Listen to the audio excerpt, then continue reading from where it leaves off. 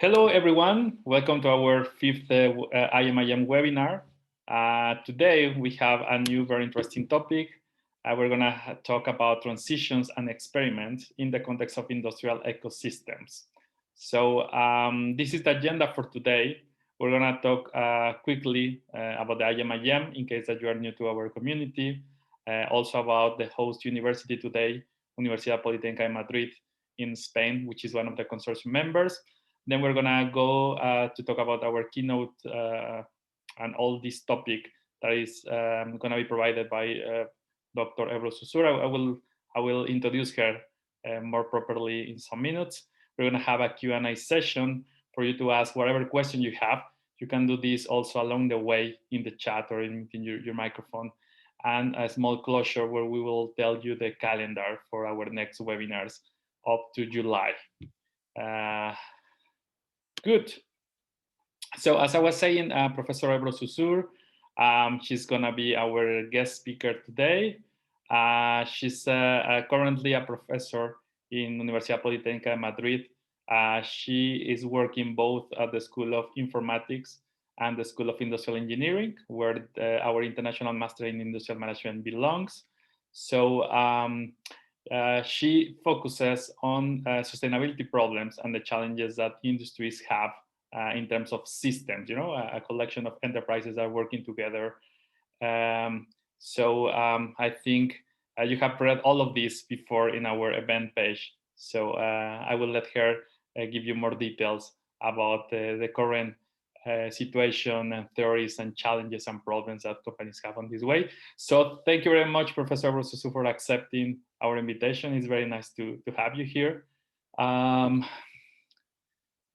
will talk more about her background also when we go to introduce her talk. Just a few slides. I don't want to bore you. This is more for the community that is new to these webinars, to the IMIM community. So the IMIM is a multi-site master program, okay? What does it mean?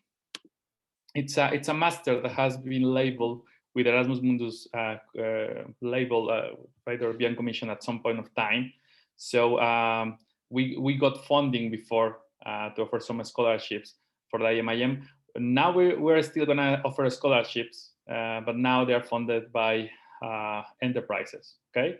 So we're going to give more details about that in the end, because we are also organizing some information sessions for people who are interested to, or if you know somebody who's interested who maybe apply to this IMIM program.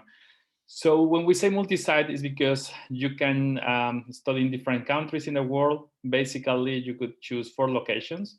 The first location is here in Madrid, where we're hosting today. So you're going to have the first track related to management courses.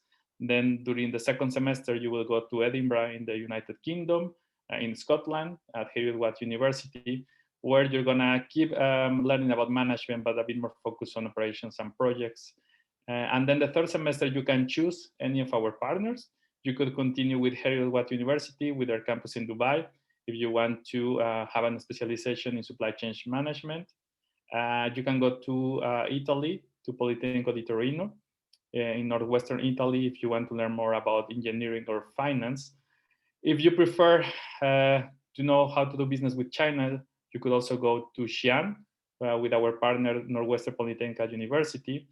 Or if your field is more about data science and innovation, you could choose the Monterrey Tech in Mexico, in any of their 3 campuses in Mexico City, Guadalajara, or Monterrey.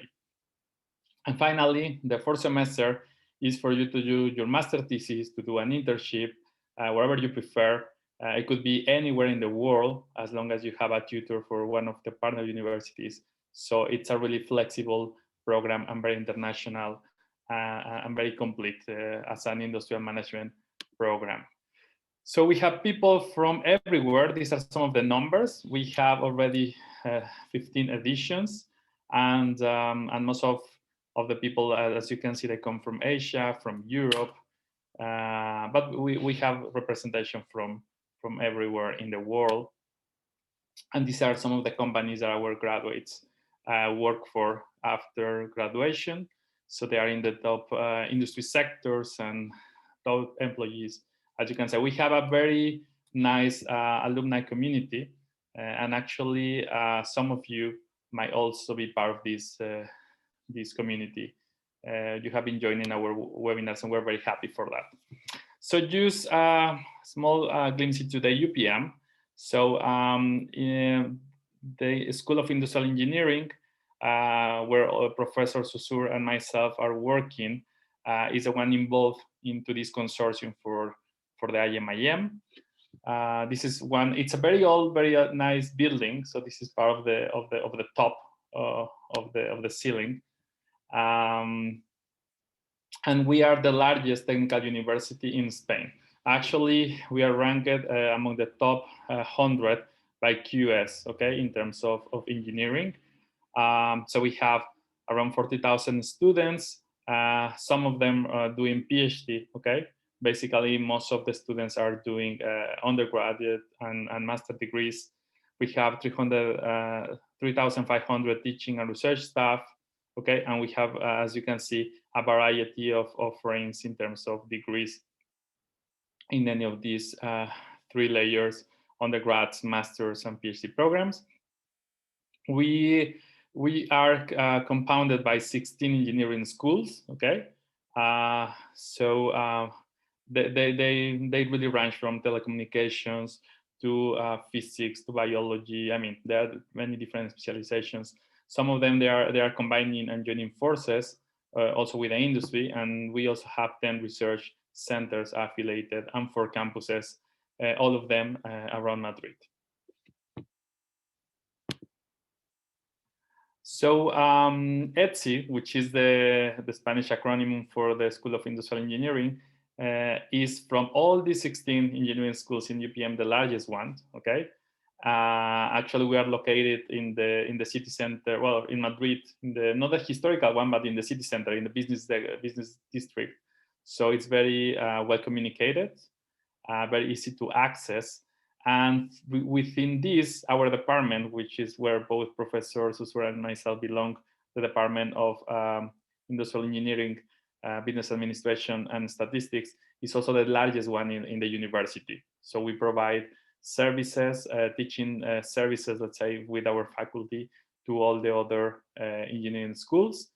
So just in ETSI, we have 4,500 students, 300 are PhD students, and we have around 300 faculty members, and we offer 4 undergraduate degrees, which are actually industrial engineering, industrial management, which is a bit more like business administration, and we also offer mechanical engineering and electronic engineering, plus 8 different PhD programs and 14 masters, also covering these fields.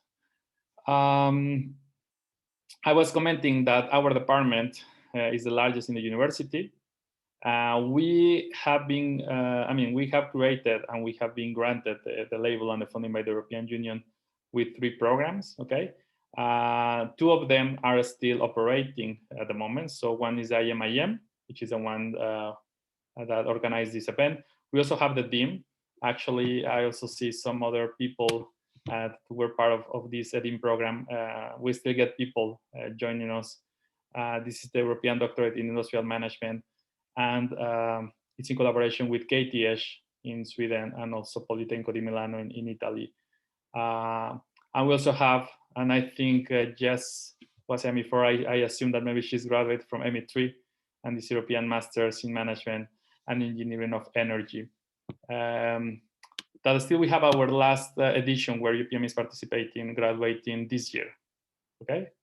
And this was in collaboration with Nantes in France, and I'm not sure ever which other university, I forgot. But since you are graduated.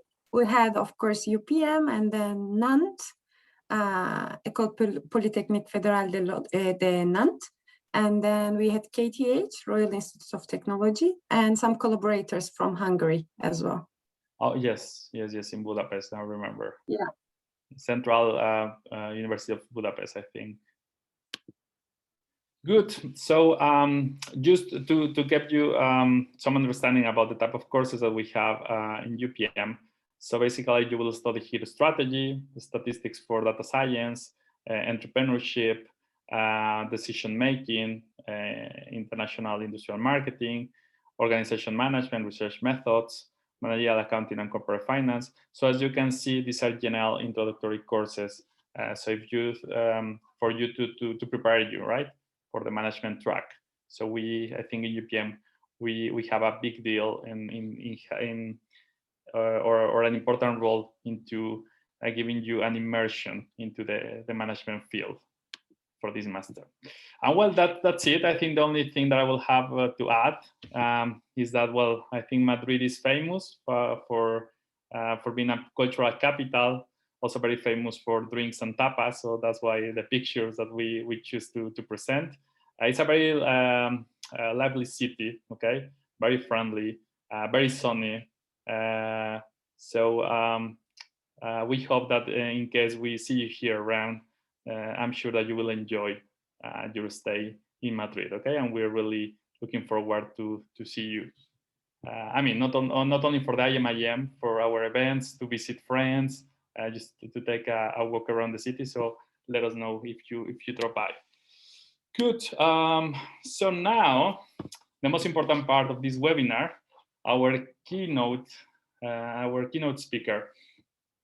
So Professor Ebru Susur, she's currently an assistant professor in innovation studies here in UPM. She has also worked before at Utrecht University, also as a professor and as a postdoctoral research in KTH in Sweden. She studied the EDIM program, actually. So she holds 2 PhD degrees from Politecnico de Milano and also Universidad Politécnica de Madrid.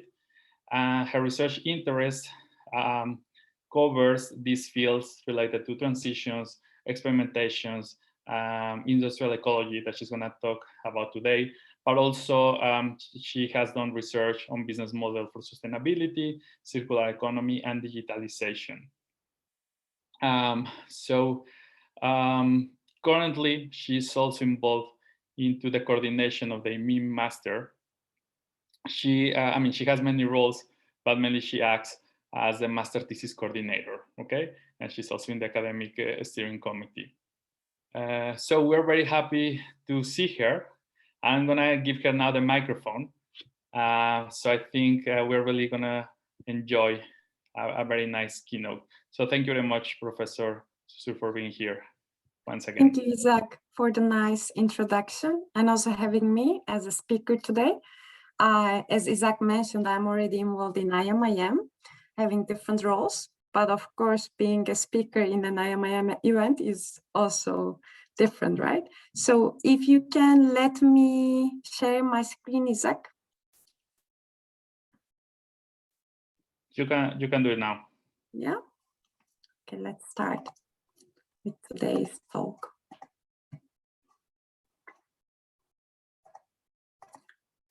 You see the slides? Yeah. Okay. So today I will be talking about transitions and experimentation towards industrial ecosystems. Okay. So my research in the last years has deeply focused on industrial ecology and industrial ecosystem transitions. And today I will try to cover what we have been doing related to that and what our research is telling to the wider audiences, including both policymakers and industrial practitioners, as well as the researchers who are interested in working industrial ecology, industrial ecosystems, and as well as circular economy. We will come to this point later. So a little bit of background, how we have arrived to this research topic, okay? I think the challenge is clear for many of us. So there are existing sustainability problems related to the industrial production routines, which still function with the traditional rules, okay? What do we have? We have the intensive production and rapid growth. We blindly focus on productivity, and at the societal level, we have marginalized living standards, and there are many that are not listed here. In that sense, sustainability has entered to the agenda of policymakers, industry practitioners, as well as the researchers, especially in the last, I would say, 3-4 decades, okay? But in the global arena, it's generally approached as a normative principle. What I mean with normative principle is it has value judgments, okay, embedded in it. I think most of you are familiar with this diagram, 17 Sustainable Development Goals set by the United Nations, right? And the sustainability problems, if we take sustainability from normative perspective, can be related to many of the goals that we need to achieve set by the United Nations, starting from obviously industry, innovation and infrastructure, climate action, affordable clean energy, sustainable cities, urbanization, and many others, okay, responsible consumption and production, and the list goes on. So obviously, industry production becomes a concern if it continues in unsustainable patterns, also for achieving the UN Sustainable Development Goals. But in my research, I prefer to approach sustainability as an analytical concept. What does that mean? What I argue is that we need to take care of the conditional concerns instead of taking sustainability together with its value judgments set by the global actors, especially the intermediaries. Okay, so without a priori general assumptions on what or how sustainability should be, okay, because in the end, if we purely take the normative approach to the sustainability, we also see, based on the current research, okay, many SDGs can come into tension with each other, and there are some trade-offs. So we will get to this point later as well, the problem of operationalizing sustainability as a normative approach. For this reason, we take sustainability from the analytical perspective. And what I tried is to operationalize, study, understand, and explain, okay, the sustainability in specific contexts. And linking it to the industry production, okay, perhaps we also need to face, okay, with the probability that perhaps this is unachievable, okay, due to the weak nature of sustainability, especially going back to the problematization related to its normative value, okay? So potential focus options still to study sustainability can be focusing on individual industrial firms, their collaboration and networking, the business models, focusing on one sector or one particular industry or multiple sectors, okay?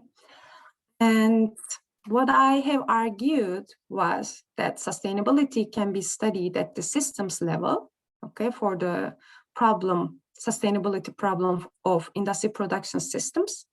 And what we can do is to focus on agglomeration at local and regional scales, and then focusing on the problem of the linear production routines. And that brings us to the industrial ecology domain, actually, okay?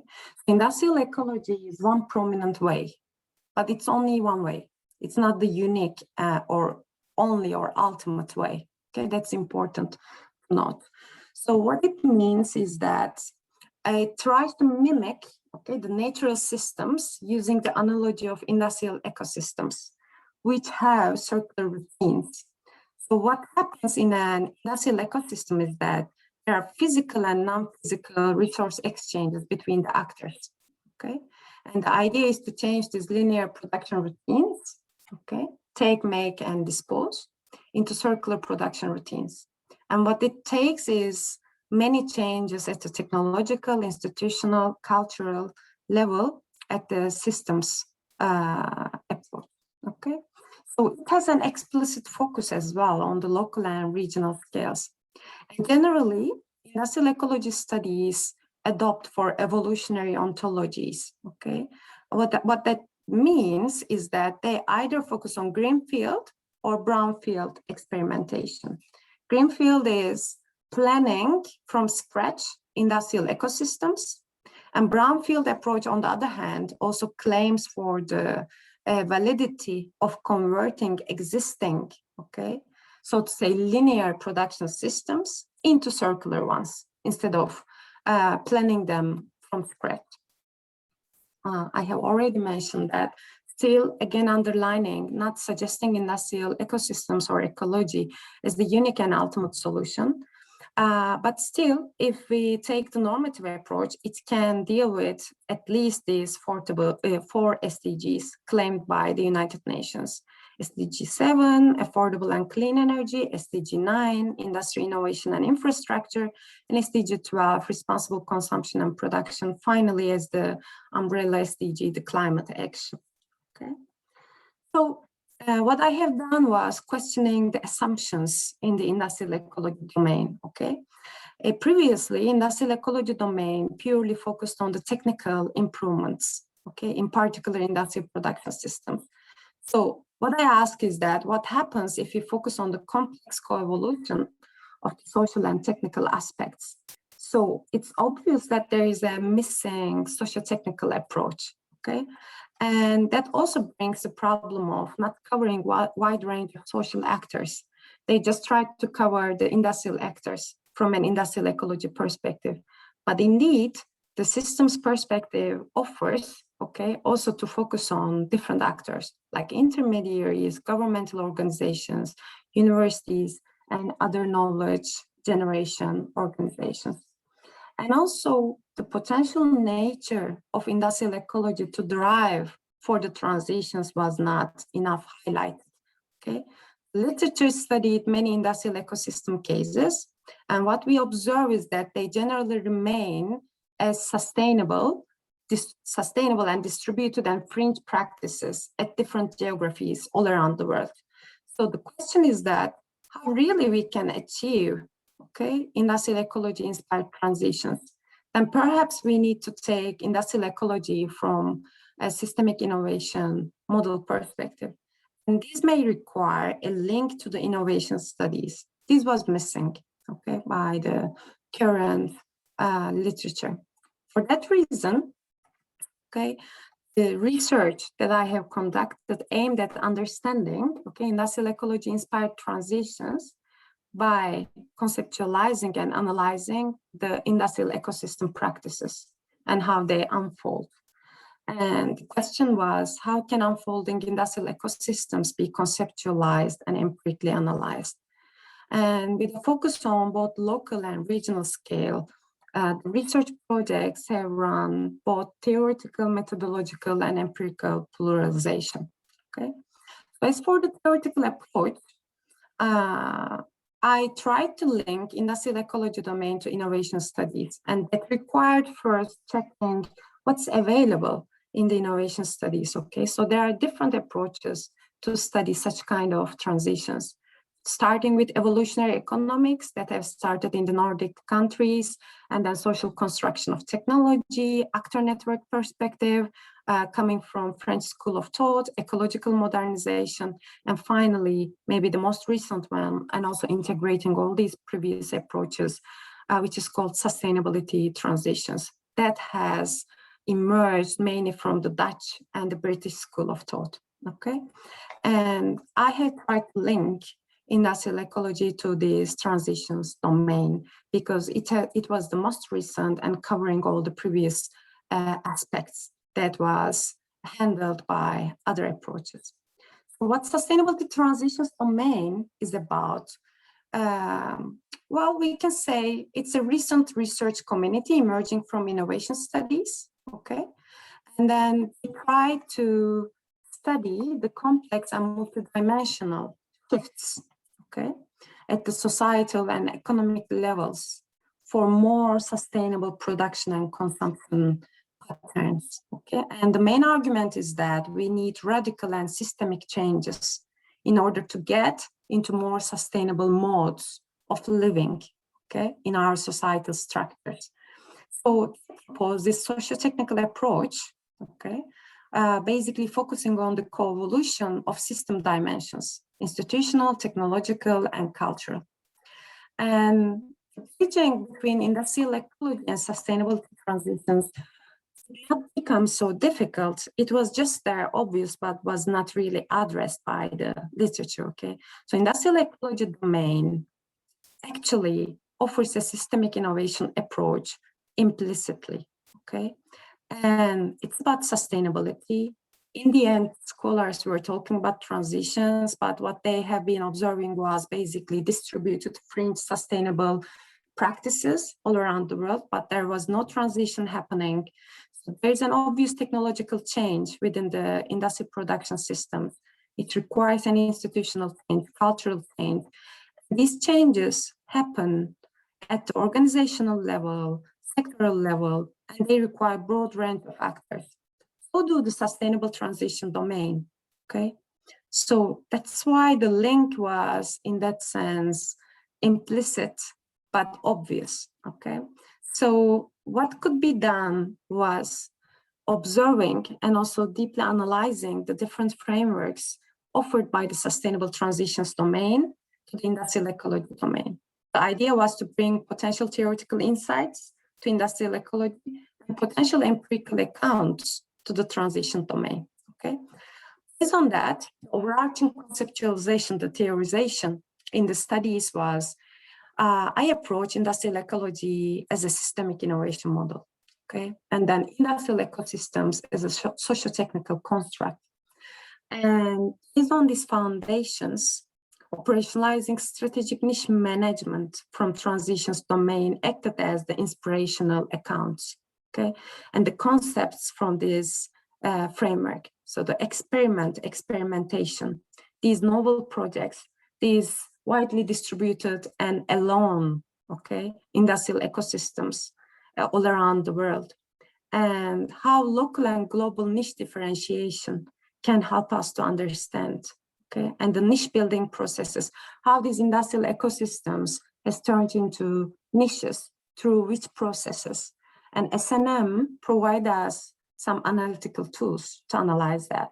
Basically, articulation of expectations and visions, social network building, and learning processes at the systems level may help us to understand, okay, how these niches, industrial ecosystem niches, are emerging.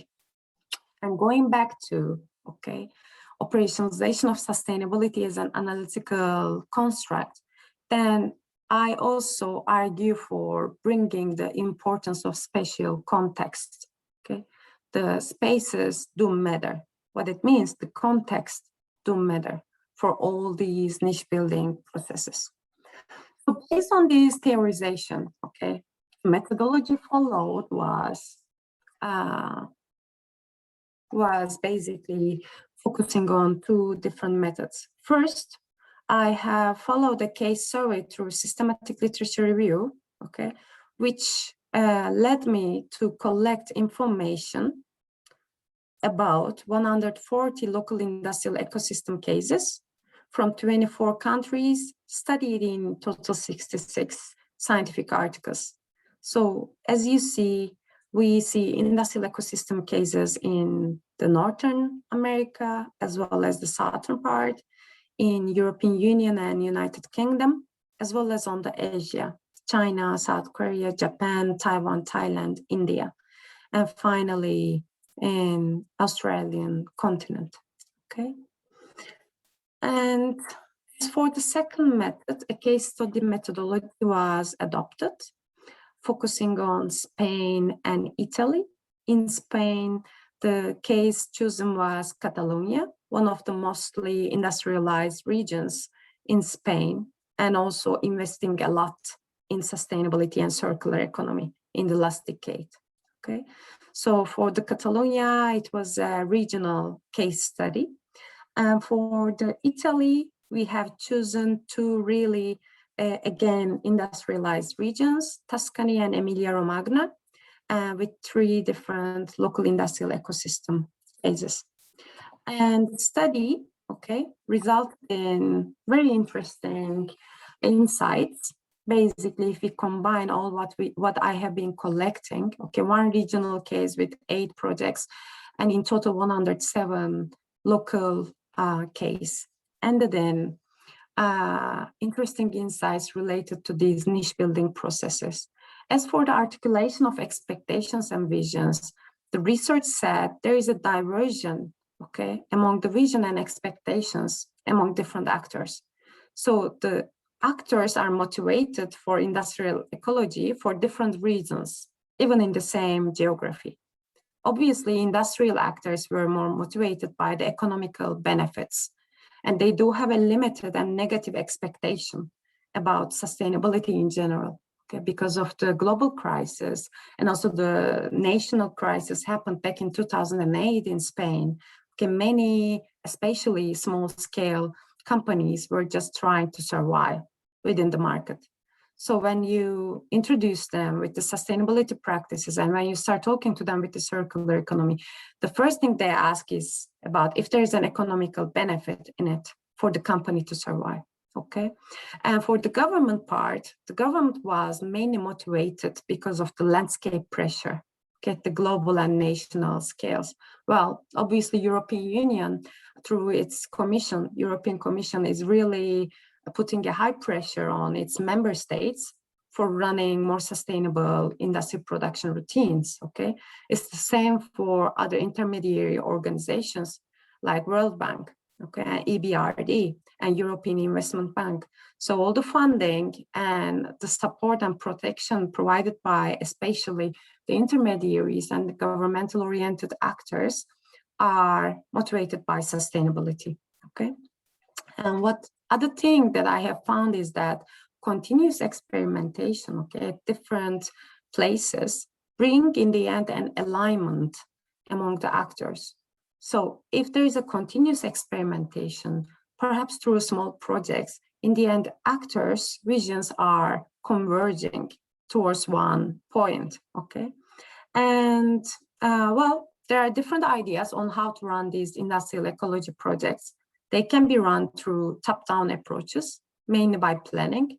And that's what we observe in America, Asia, and Australia, okay? There are very strict protection mechanisms, and there is a broader long-term transitionary vision, and they both invest in brownfield and greenfield. Well, on the other hand, especially in Europe and UK, we also see bottom-up initiatives, okay? Well, they do have a support through top-down mechanisms from the governments as well, but they are generally started at the local level, okay? This may be explained by the cultural differences and also the market dynamics, changing market dynamics at different geographies around the world. So obviously the power has a role, okay, in this visioning and expectation building. The powerful actors do have more influence, okay, on other actors. And maybe the most interesting part and most relevant part is that people now do start talking about circular economy. Okay, and circular economy has been sweeping out these different sustainability practices, also including industrial ecology, and bringing them under one umbrella. Okay, and many actors do not really know the industrial ecology thinking behind circular economy. Actually, it's the main school of thought, maybe behind circular economy. Okay, one of the main school of thoughts. As for the social network building, well, obviously not focusing only on industrial network building, but also bringing different actors to the arena is important, government, non-government knowledge and intermediaries. We need to have multiple views. If there is one coordination or management body, this may help, okay, the overall transition. And unfortunately, we still see, although the focus is on the industry, we still see a limited and shallow involvement from the industry. This is mainly because of the trust issue, okay? So what the governments and also the intermediaries are doing to foster this kind of transitions is lobbying and advocacy for industrial ecology. And as for the learning, we can differentiate between the first order learning and the second order learning, okay? When I say first order, it's basically about the basic tools and platforms, okay, mainly run by the governments and intermediary organizations. Well, we just focus on the knowledge communication events, like this webinar, for example. People attending this kind of webinars and other type of events do start accumulating some knowledge on industrial ecology. But then second order learning is more about practice, okay? What happens in action? What do we do with this knowledge that we gather at the first order learning events, okay? And for the second order learning, there is a need for repetition and accumulation of first order learning. And actually learning becomes maybe the most important niche building mechanisms, because through learning only we can really change the cultural routines embedded in the industry production systems. Well, obviously these niche building processes, okay, do interact with them. So in one phrase, it can be said that expectation and visions can converge through appropriate learning processes within the emerging broad and deep networks, okay? And in that way, transitions may happen, and it may take decades. It cannot happen in a year or 2 years. And as for the special context, okay, the conditions. So in the regions where we already have established agglomerated production systems, it's more likely that we may practice industrial ecology and circular economy. And also the intensity and diversity in the agglomerations do influence if industrial ecology will be adopted or not. Let's say if there is an intense collaboration and if there is a diversity among the actor types, it's more likely that industrial ecology and circular economy will happen, okay? And all these brought us with basically 3 main frameworks, okay? If we say there's a traditional industrial production system at local scale through these niche building processes with the positive influence of the spatial context, okay? Production systems can go through a niche experimentation journey. And in the end, we may start observing local industrial ecosystems. And as for the global scale, okay, how can we really achieve a local industrial ecosystem development all around the world? Basically, what we see, okay, at the current moment is local industrial production systems working in linear production routines everywhere.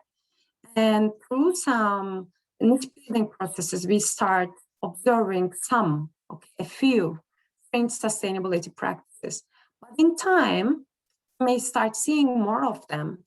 And if they learn from each other, and if they also network among each other, we may start, okay, stronger institutions, stronger structures within the existing system. And in the end, maybe this will be the mainstream development pattern. Okay, maybe later, in a couple of decades, we will start seeing scarce traditional industrial production system development, and rather industrial ecosystem development will be the mainstream. And for the regional scale, actually what I have observed was projects become very important, okay?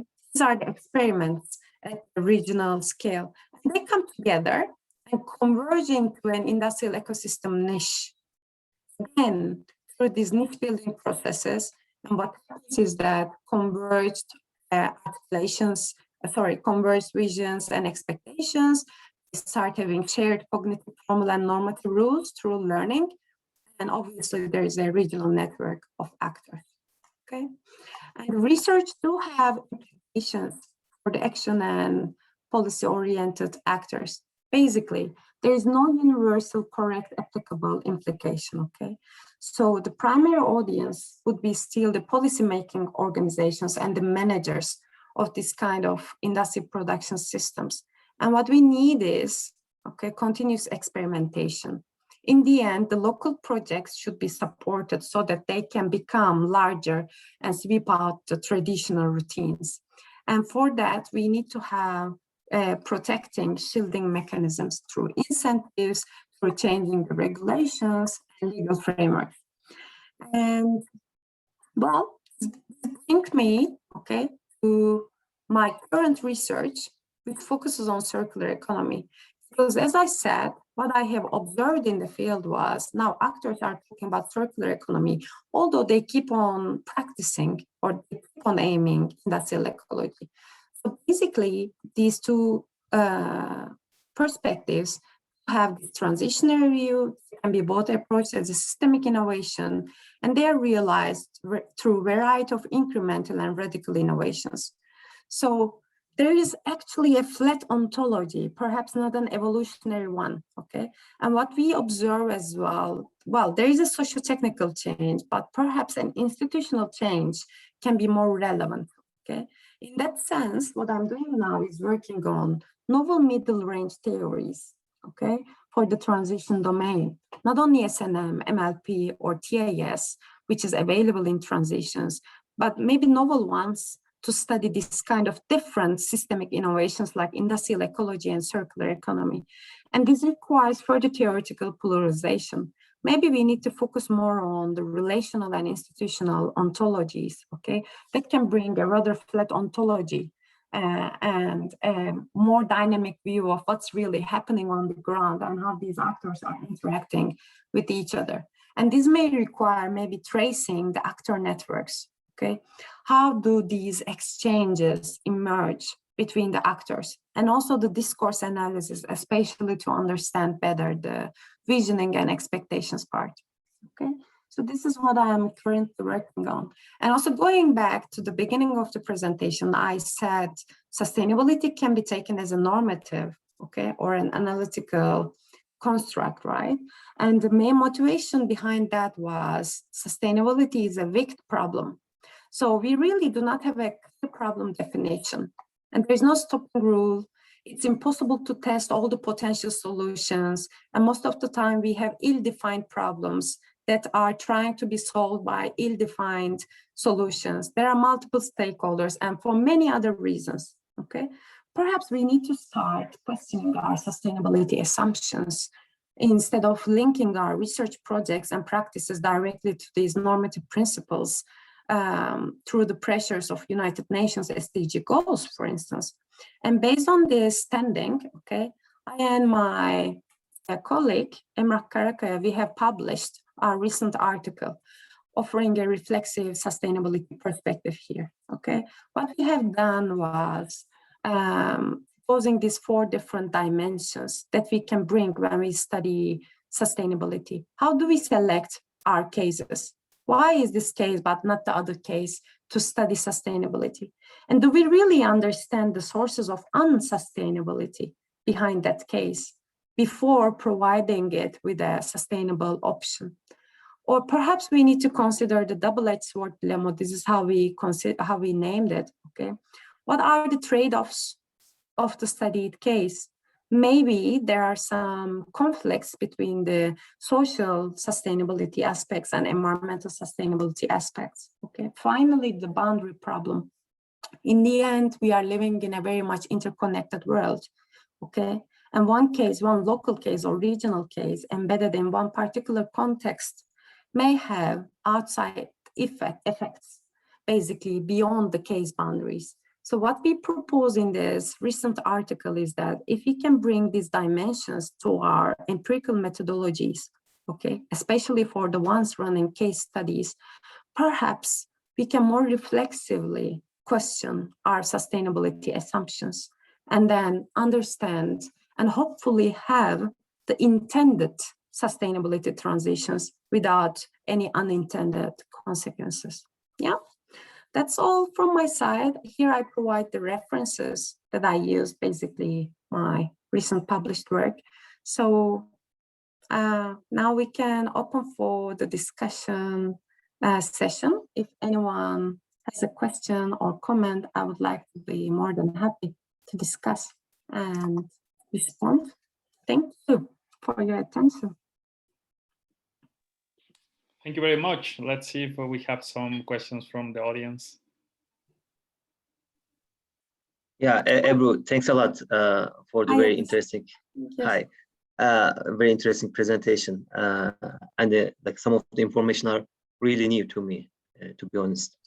So I just want to ask, like, have you kind of control or consider the role of business model innovation in these transitions?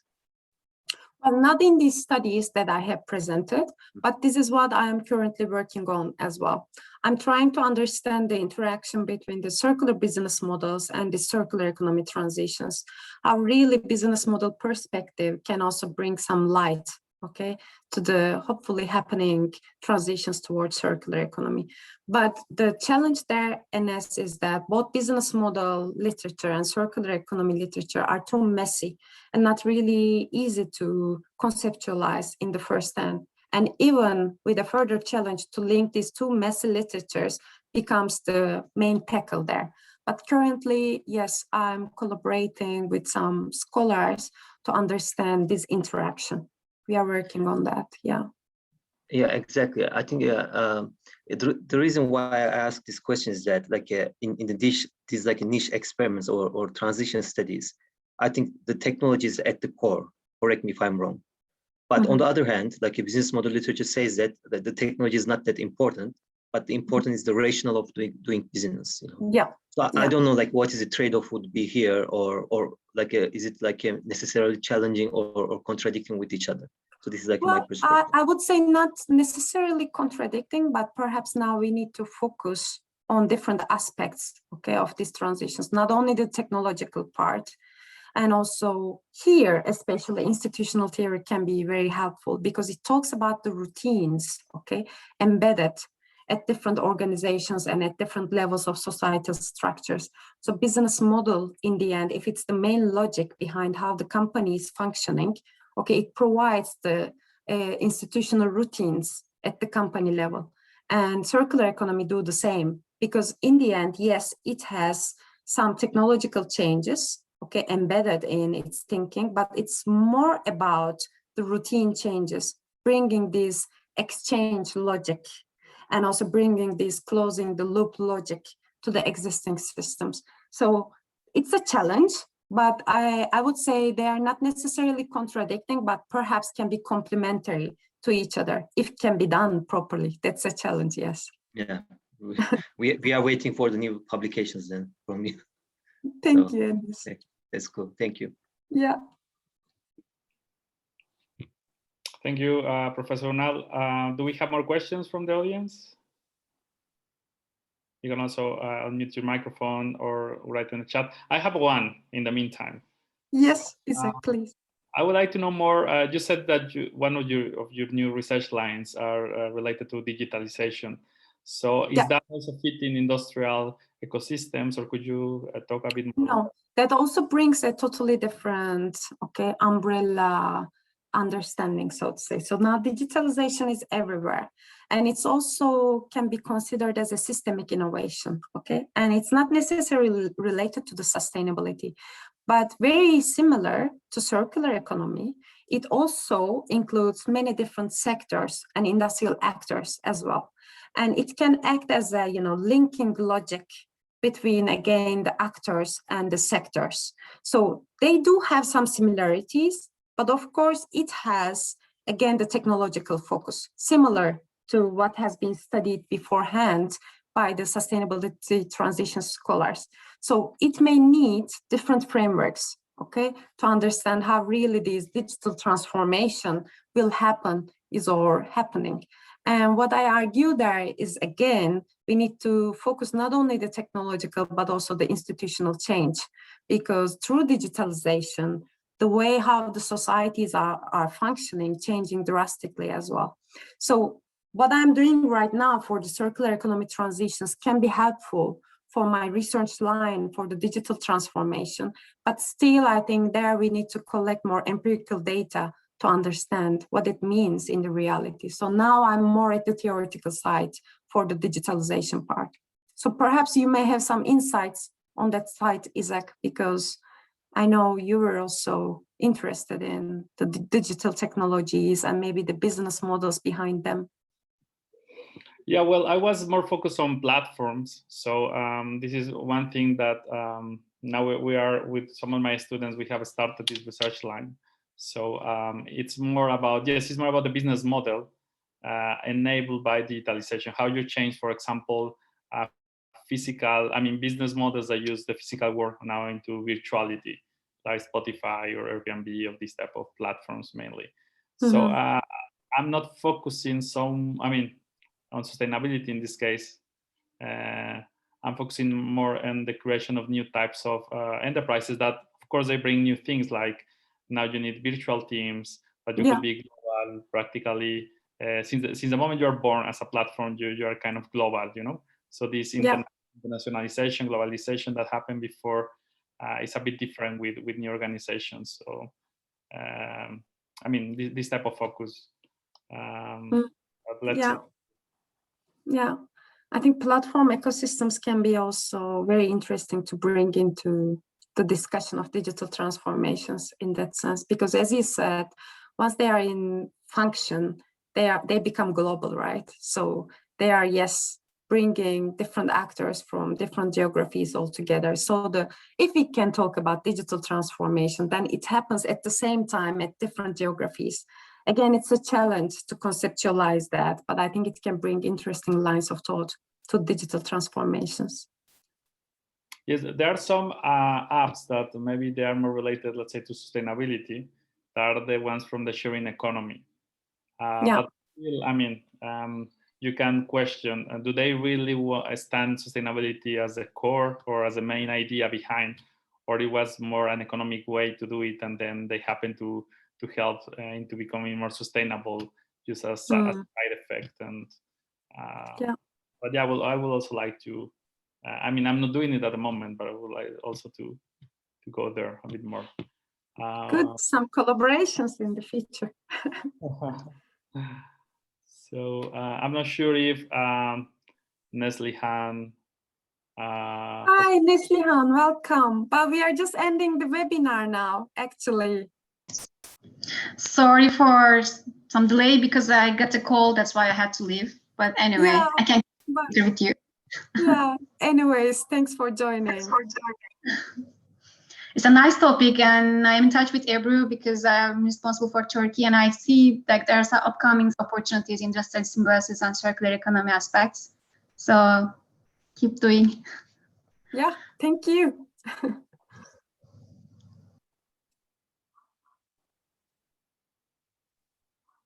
If there's no more question, I can go if we have time as well. Please, Enes, go ahead. After a long time, yeah, it's a possibility to chat as well.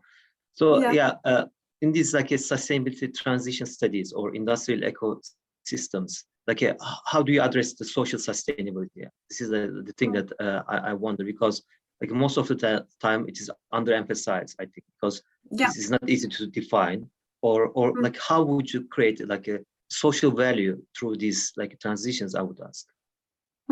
So, well, I would respond in different ways. If we focus on transitions domain, I think there are very relevant studies also focusing on social sustainability, okay?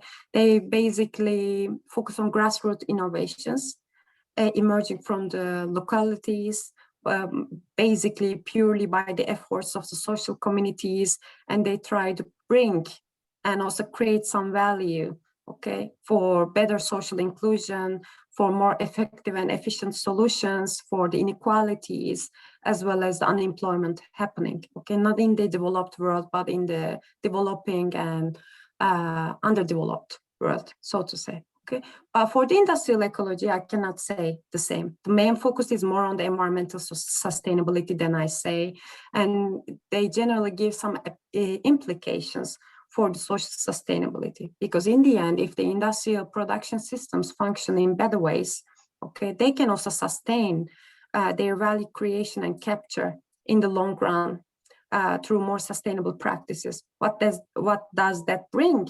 Basically, it brings further regional growth, okay, and further regional development, bringing novel technological innovations to the region, and then, you know, creating novel working lines for the population in this region. And if this region or locality can become a kind of brand name for industrial ecosystems or industrial ecology or circular economy, it can be also a very attractive place for people, okay, for more talented people to work at.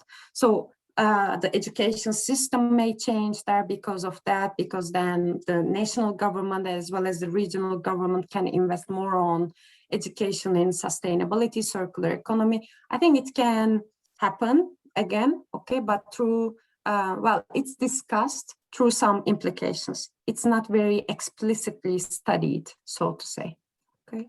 This is what I can say. Yeah. Me one experiment. Well, I'm not sure if it could be an experiment more related to social value, as Enes was asking. But last month, maybe you, Ebru, or Jose that live in Spain, have heard that Spain is doing an experiment with 4 days a week of work.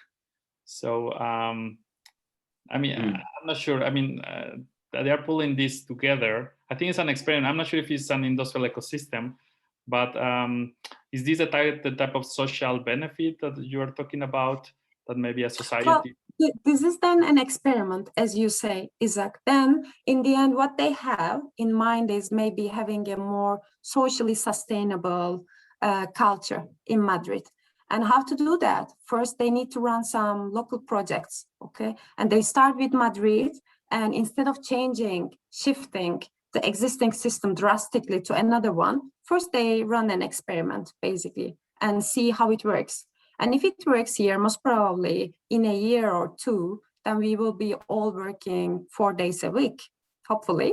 And maybe then other regions in Spain can also start copying this experimentation and start seeing if it works or not. And if they can sustain the value creation and capture, just running, this kind of working schedule. So I would not relate it to industrial ecosystems, but then this is related to the transitions and experimentation, if we related it from the social sustainability perspective. Okay, good.